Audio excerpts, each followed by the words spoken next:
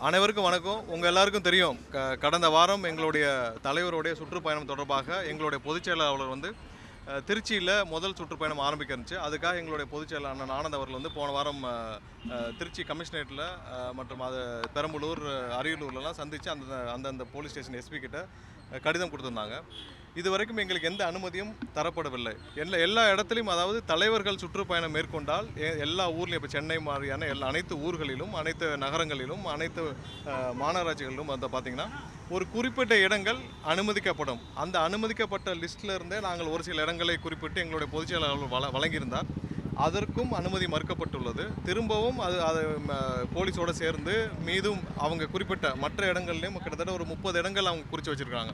So அந்த 30 இடங்களிலும் நாங்கள் மறுபடியும் கிட்டத்தட்ட 2 கடிதங்கள் கொடுக்கப்பட்டுச்சு. இன்றைக்கி காலையிலையும் 3வது கடிதமாக போலீஸாரே அவர்கள் எங்கே இடம் உகந்ததாக இருக்குதோ அந்த இடத்தையே குறிப்பிட்டால் கூட அங்கேயே நாங்கள் எங்களுடைய தலைவரின் பயணத்தை அந்த வழியிலாக மேற்கொள்கிறோம் என்று கடைசியாக இன்று காலை கடிதம் கொடுத்திருக்கிறோம்.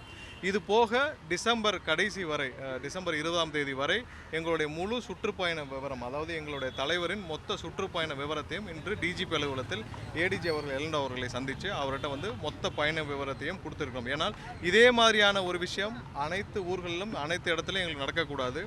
இன்னொன்று, ஒரு தலைவர், ஒரு கட்சியின் தலைவர், இன்றைக்கி மக்கள் அபிமானத்தை பெற்ற தலைவர் எங்களுடைய அண்ணன் விஜய் அவர்களின் ப்ரோக்ராம் மட்டும்தான் எல்லா இடத்திலும் தடை செய்யப்படுகிறது. எங்களுடைய கட்சி நிர்வாகிகளுடைய ப்ரோக்ராம் எல்லா இடத்துலையும் அவங்களுடைய நிகழ்ச்சிகள் எதற்கும் அனுமதி கிடைப்பதில்லை. எங்களுடைய தலைவர் நீங்கள் பார்த்துருப்பீங்க, ஆர்ப்பாட்டத்திற்கும் நாங்கள் நீதிமன்றம் சென்று தான் ஆர்ப்பாட்டத்திற்கு அனுமதி பெற்றோம். மாநாட்டிற்கும் தெரியும், எவ்வளவு தடைகளை தாண்டி கிட்டத்தட்ட 20 நாட்கள் தொடர்ச்சியாக ஃபாலோ பண்ணி தான் நாங்கள் வந்து அனுமதியை பெற்றோம்.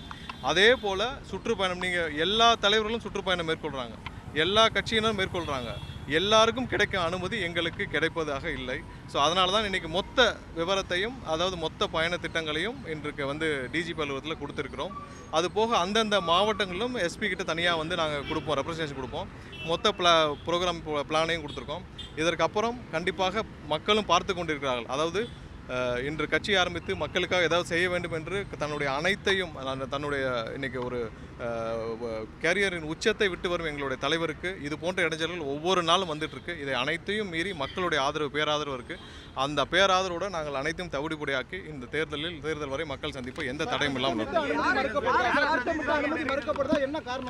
இல்லை, திட்டமிட்டு அனுமதி மறுக்கப்படுகிறது. ஏன்னா பிரதமருக்கு நீங்கள் பார்த்துருப்பீங்க, கடந்த ஆண்டு தேர்தலின் போது பிரதமருக்கு 7-8 இடத்தில் இது ரோடு ராலி நடத்தினாங்க. அதே போல் மத்திய ஒன்றிய உள்துறை அமைச்சருக்கும் ரோட் ஷோ நடத்துனாங்க. ஸோ சென்னையில், அதுவும் பிரதான இடம், அதாவது டி நகரில் பாண்டி பசார் ஏரியிலேயே பிரதமருக்கு கிட்டத்தட்ட 3 மணி நேரம் 4 மணி நேரம் போக்குவரத்தை நிறுத்தி காவல்துறை அனுமதி அளித்தது. ஏன்னா காவல்துறைக்கு அந்த ஃப்ரீடம், அந்த இது இருந்துச்சுன்னா கண்டிப்பாக அவரால் செய்ய முடியும், எந்த இடத்துலையும் செய்ய முடியும். எங்களுக்கு மட்டும்தான் திட்டமிட்டு அனுமதி மறுக்கப்படுகிறது, மற்ற அனைவருக்கும் அனுமதி கொடுக்கப்படுகிறது.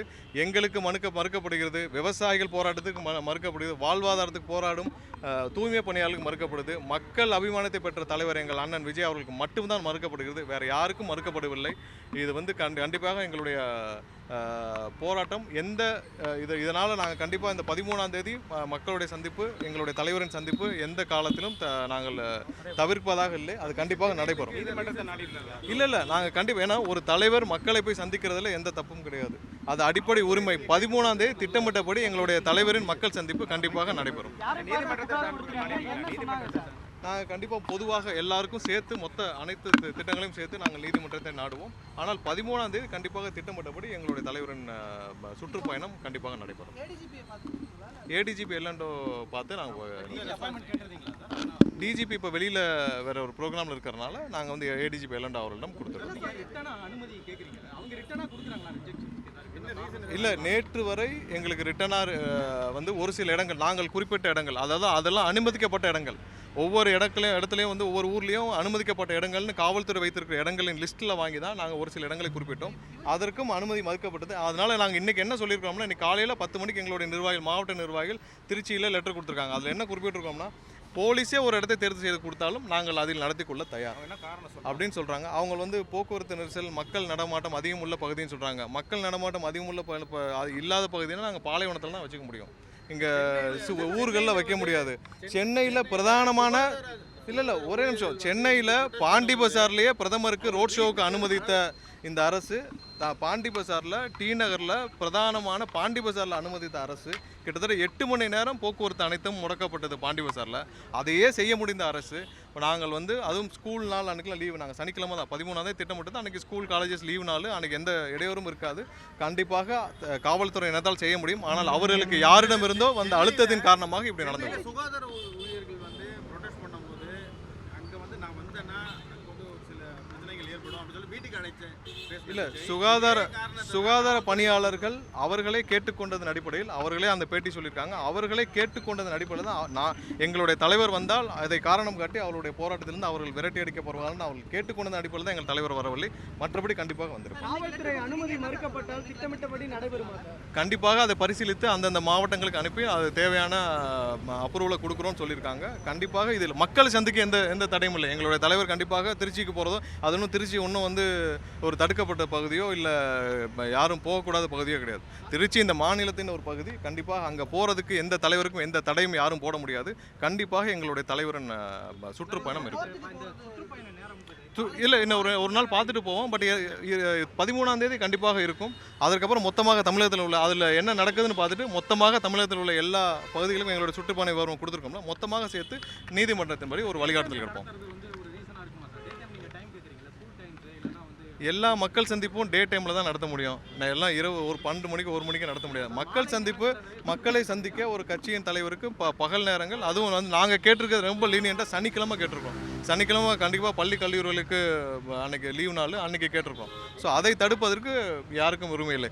நீங்கள் மற்ற தலைவரோட சந்திப்பு அந்த திட்டமிடலாம் பாருங்கள். எதையும் பார்க்காமல் அன்றைக்கி பக்காவாக ஒரு ஒர்க்கிங் டே இருக்கும். அன்றைக்கி வந்து ஒரு பிரதான சாலைகளில் வச்சுருக்குறாங்க.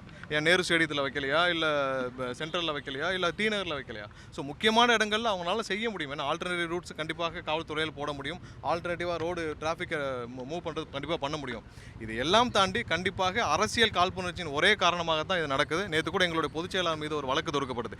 கோயிலில் போய் சாமி கும்பிட்டு போகிறதுக்குள்ளே ஒரு வழக்கு, அதுவும் வந்து நான் பெயிலபிள் செக்ஷனில் ஒரு வழக்கு. இதெல்லாம் எங்களுடைய தலைவரின் டூர் ப்ரோக்ராமை முடக்கிறதுக்கான செயல். எதுவும் எங்களை தடுக்காதுன்னு தான் எங்களுடைய கடைசி கருத்தாக. இல்லை, இதில் மக்களை போய் சந்திக்கிறதுக்கும் திருச்சி போகிறதுக்கும் எங்களுடைய தலைவர் போகிறதுக்கும் யாரும் தடை போட முடியாது. இப்போ யாராவது திருச்சி போகக்கூடாதுன்னு சொல்லுவாங்களா? திருச்சியில் போய் அங்கே போய் இருக்கிற அங்கே இருக்கிற பகுதிகளை பார்க்கக்கூடாதுன்னு சொல்லுவாங்களா? எங்களுடைய தலைவரின் சுற்றுப்பயணம் கண்டிப்பாக இருக்கும். அவர்கள் இன்றைக்கி நாங்கள் கொடுத்ததே அவர்கள் எங்கே அனுமதிக்கிறாங்களோ அங்கே பண்ணிக்கிறோம்னு சொல்கிறோம். நீங்கள் எங்கே காவல்துறை எங்கே இதில் அனுமதி கொடுத்தாலும், எந்த இடத்தில் கொடுத்தாலும் நாங்கள் செய்து கொள்ள தயார்னு சொல்லியாச்சு. இதுக்கு மேலே நாங்கள் என்ன சொல்கிறது? இன்றைக்கி எதிர்க்கட்சி தலைவரோட சுற்றுப்பயணம் இருக்குது. நீங்கள் எல்லாம் பார்த்துட்டு இருப்பீங்க. லாஸ்ட் 3 மந்த்ஸாக நடந்துட்டு இருக்கு. இந்த 3 மாதங்களாக எந்தவித தடையும் கிடையாது. எதிர்க்கட்சி தலைவர் எந்தவித தடையும் கிடையாது. இன்னும் பல பேர் சுற்றுப்பயணம் செய்கிறாங்க. எந்த தடையும் கிடையாது. அவர்கள் செய்வதெல்லாம் எல்லாருக்கும் வந்து எந்த ஒர்க்கிங் டேயும் பார்க்குறதுல எதுவும் இல்லை. நாங்கள் அப்படி கிடையாது. நாங்கள் கண்டிப்பாக பொதுமக்களின் கருத்தில் கொண்டு தான் எங்களுடைய தலைவரின் சுற்றுப்பயணம் இருக்கும். எங்கள் தலைவரும் அதில் ரொம்ப வந்து கீனாக இருப்பாங்க. எங்கெங்கே பொதுமக்களுக்கு எந்தவித இடையூறும் இல்லாமல் என்ன செய்யணுமோ அதை தான் எங்கள் தலைவரும் செய்வாங்க. மக்களை கண்டிப்பாக சந்திப்பது ஒரு தலைவரின் ஒரு அடிப்படை உரிமை. அதை கண்டிப்பாக பரிசீலனை செய்வோம்னு சொல்லியிருக்காங்க. நாங்கள் கிடைக்கும் நம்புகிறோம். இருந்தாலும் நாங்கள் நீதிமன்றம் நாடுவோம். இப்போதைக்கு திருச்சியிலையும் அரியலூர்லையும் கொடுத்துருக்கோம், பெரம்பலூர்லையும் கொடுத்துருக்கோம். அடுத்தடுத்த மாவட்டங்கள் அடுத்தடுத்த வாரங்களில் நாங்கள் போகிறப்போ இதே மாதிரியான ஒரு பிரச்சனைகள் வந்தால் நாங்கள் எதிர்கொள்கிறதுக்காக தான் இப்போ மொத்தமாக கொடுத்தோம். இல்லை, இப்போதைக்கு எங்கேயுமே அப்ரூவல்னு கொடுக்கல, ரிட்டர்ன் அப்ரூவல்னு கொடுக்கல. அடுத்தடுத்த வாரங்களில் நடக்கிற ப்ரோக்ராமுக்கு இதே மாதிரியான இடையூறுகள் இருக்கக்கூடாதுன்னு சொல்லிட்டு தான் மொத்தமாக இன்றைக்கி டிஜிபி ஆஃபீஸில் ரெப்ரசன்டேஷன் கொடுத்துருக்கோம். அடுத்தடுத்த மொத்தமாக எல்லா பிளானுக்கும் சேர்த்தா நாங்கள் அடுத்து வந்து நீதிமன்றத்தில் உயர்நீதிமன்றத்தை நாடி அங்கே வந்து ஒரு டைரக்ஷன் பெறலான்னு திட்டமிட்டிருக்கோம். அது இந்த வாரத்தில் நடக்கிறதை பொறுத்தான். பட் கண்டிப்பாக இதில் இந்த 13ஆம் தேதி ப்ரோக்ராமில் எந்தவித தடையும் இருக்காது. ஒரு மக்களை சந்திக்கிறதுல எந்தவித தயக்கமும் இருக்காது. இதில் நாங்கள் எங்களுடைய பயணம் திட்டமிட்டபடி இருக்கும்.